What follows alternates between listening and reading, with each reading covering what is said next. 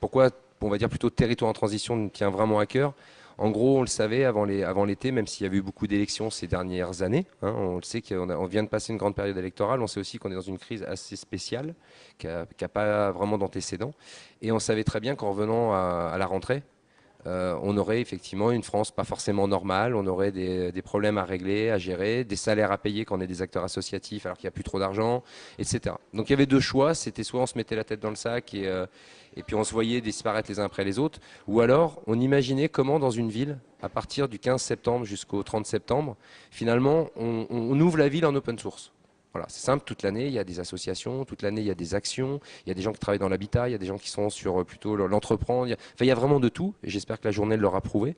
La seule chose qu'il y a, c'est que ça ne se sait pas assez. Ou alors ça se sait dans des cercles restreints, ça se sait dans des choses comme ça. Donc voilà, territoire en transition, vraiment, c'est parti de l'idée, on organise ça en 3 mois, pas plus. On organise ça avec des moyens dérisoires, mais en tout cas, si ça a marché, ça veut dire peut-être que tous les villages, toutes les villes de France pourraient reprendre ce format qui est complètement open source et avec leurs moyens, avec les gens qu'ils ont localement, avec leur propre réseau, finalement on se rend compte que tout le monde pourrait mettre sa ville en open source, en action tous les mois de septembre. Donc voilà, ça c'est la partie un petit peu plus qui nous a tenu à cœur à l'équipe du comptoir numérique, à Zoomacom, puis à tous les réseaux partenaires, c'était de se dire, et si on essayait de donner une image positive, est-ce que ça n'aiderait pas à mieux passer cette rentrée difficile pour tout le monde, et en particulier les quartiers dans lesquels on intervient, où on sait très bien que c'est de pire en pire, la situation pour eux s'aggrave, l'emploi, déjà que c'était pas folichon avant, c'est de pire en pire, on voit beaucoup de directeurs associatifs bien embêtés pour des histoires de salaire. Enfin bref, voilà. C'était vraiment ça, territoire en transition. Le message, c'est de dire inventons un format qui permet d'ouvrir les villes open source et ça dès maintenant. Alors pour un territoire, qu'est-ce que c'est que l'open source? C'est justement ce qu'on est en train de découvrir ensemble. Une chose est sûre, c'est qu'on a juste regardé ce qu'avait été l'économie du logiciel libre et surtout la culture du logiciel libre, qui a déjà quand même plus de 30 ans, je le rappelle, pour ceux qui l'ont oublié, de savoir qu'aujourd'hui, non seulement il y a des gens qui travaillent de l'économie du logiciel libre, mais en plus qui gagnent très bien leur vie, il n'y a aucun souci. Donc il y a tout un système qui a été prévu. Et en fait, toutes les méthodes de gouvernance qu'ils avaient dans le logiciel libre, etc., pourquoi ne pas les appliquer finalement à la ville aujourd'hui? Donc sans rentrer, parce qu'après on pourrait en parler, en refaire la journée, on va dire.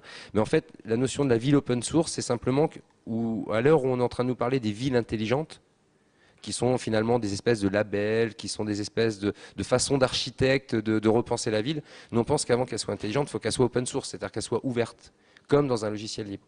Donc aujourd'hui, pour nous, c'est quoi une ville open source? Ça serait simplement une ville qui propose des briques de services et que finalement, ce sont des communautés, comme on a pu le voir aujourd'hui, qui viendraient assembler ces services et qui vont créer le service public de demain. Donc c'est ça l'intérêt de l'open source, c'est que ma ville, elle n'est pas simplement une ville propriétaire où on m'a dit, bah, tiens, là, il y a la médiathèque, tiens, là, il y a Pôle emploi, tiens, là, il y a une association de droit au logement. Mais c'est finalement les citoyens, les associations qui pourraient imaginer refabriquer le service public en fait sur leur ville. Mais pour ça, effectivement, il faut qu'elle soit compréhensible par tout le monde. Ça veut dire que les actions de la ville sont documentées, un peu à la Wikipédia. Les actions de la ville sont animées par un réseau. Enfin, je crois que Jean-Michel Cordu nous a dit beaucoup de choses là-dessus, justement, sur la coopération. C'est simplement voilà, reprendre ce qui a marché dans le logiciel libre et l'appliquer à la ville aujourd'hui. Cette notion justement que la place du politique, si tout le monde se débrouille tout seul, elle est où? Ben, on l'entend tous les jours, hein. On nous le dit surtout avec les tiers-lieux. On nous dit, attendez, votre fameux tiers-lieu, là, ces endroits improbables où on rencontre des gens improbables, si jamais ça se développe de partout, quelle sera la place des élus? Et je crois que nos deux élus qui sont intervenus ce matin, je pense à Georges Gigler en particulier, qui nous accompagne depuis 8 ans, et André Friedenberg, là, qui vient d'arriver, mais qui a bien démontré qu'il était vraiment dans cette dynamique de l'intelligence collective, voilà, ils nous ont répondu à cette question. Aujourd'hui, non seulement ils en ont plus peur, mais au contraire, ils le réclament. Par contre, on a vu aussi les acteurs qui, eux, le font tout simplement sur le terrain. Donc il faut se poser la question, mais qu'est-ce qui coince? Donc oui, j'ai pas peur de le dire, et on le sait tous les acteurs le savent, ce n'est plus les élus qu'il faut fustiger, ce n'est plus les associations par le bas qu'il faut fustiger, c'est effectivement ce système administratif qui, lui, par contre, n'évolue pas. On le sait très bien, les prises de décision se font sur des directeurs de cabinet, se font sur des... Et on n'a jamais dit qu'ils faisaient mal leur boulot. On a dit qu'ils ont une organisation qui ne correspond plus du tout à ce qui se passe en dehors de l'institution. Donc par le haut, l'élu le voit tous les jours, par le bas, les chargés de mission le vivent aussi tous les jours. Il faut peut-être maintenant, mais avec bien sûr plein de bienveillance, hein, il ne s'agit pas de faire de chasse aux sorcières, de dire que l'administration, il faut toute la replier. Non, non, il s'agit juste de se dire maintenant, il faut vraiment adapter, comme les élus ont commencé à le faire, comme les chargés de mission ont commencé à le faire, il faut que maintenant l'administration, que ce soit l'État, que ce soit les collectivités locales, et même les fédérations, les grosses associations, hein, je les mets dedans, il faut que cela ils rénovent leur façon justement de gouverner dans leur propre structure. Et ça, c'est plus dur. Et c'est ça qu'il faut flécher aujourd'hui du doigt. Mais aujourd'hui, les blocages, ils viennent plus par le haut, ils viennent plus par le bas. Ils viennent de l'espèce de grosse pieuvre qu'on a fait au milieu. Que même nous, on n'arrive plus à comprendre comment elle fonctionne. Mais pourtant, c'est notre héritage. Et c'est en ça que j'aime beaucoup les interventions du WF, parce que justement, ils nous rappellent qu'aujourd'hui, ce n'est pas par la chasse aux sorcières qu'on va changer de paradigme. Parce que certes, si des gros groupes ou des politiques n'ont pas été à la hauteur à un moment donné, nous-mêmes, citoyens ou associations, on n'a pas été à la hauteur aussi, parce qu'on a laissé faire.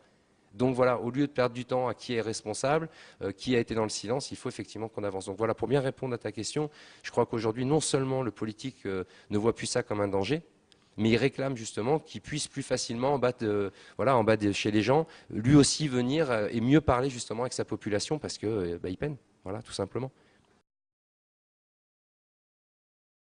Justement, la notion de l'économie traditionnelle, l'économie collaborative, c'était justement ce que j'attendais de cette journée. Là-dessus, qu'on soyons clairs, parce que justement, j'avais des petites idées, mais je me pose la question, comme beaucoup de gens encore, est-ce qu'on est en train de vouloir remplacer une économie?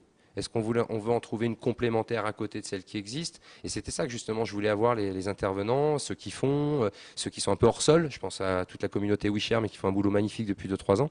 Donc voilà, au contraire, il fallait qu'on sache. Et en fait, on se rend compte, hein, on a eu les startups, on a eu les collectivités, on a eu les ONG, on a eu même les coopératives d'activité qu'on a entendues cet après-midi. Et finalement, aujourd'hui, ils disent non, ce qui est intéressant, c'est d'avoir des modèles. Un peu comme la biodiversité. Donc ce qui me rassure au contraire, c'est qu'on ne va pas faire une chasse aux sorcières, mais on va essayer de refaire un peu ce qu'on trouve dans la nature, remettre de la biodiversité. Je crois que d'une manière globale, les acteurs qu'on a entendus aujourd'hui, ils se rendent compte qu'en fait, c'est plus il y a de structures et d'initiatives finalement, et mieux c'est. Alors ils peinent encore à le dire avec ces mots-là, mais en tout cas, ils se rendent bien compte que l'écosystème doit avoir de la biodiversité. Et que finalement, ce qu'on a souffert ces dernières années, c'est peut-être d'avoir trop fait des mono-entrées. Ce que je veux dire par là, c'est qu'à un moment, une association devient très grosse à la monopole, que ce soit sur l'insertion, l'emploi. À un moment, c'est une collectivité qui va avoir le monopole sur quelque chose. Et ça, on se rend compte que c'est ce qui a rendu un peu le système un peu toxique. J'ai oublié les entreprises, mais c'est pareil. Donc aujourd'hui, je crois qu'on sort d'une société où effectivement, on a trop voulu mettre des monocellules et qu'aujourd'hui, ben voilà, ce qu'on réclame, c'est plein de cellules, plein de diversité et que c'est ça qui nous rendra plus forts.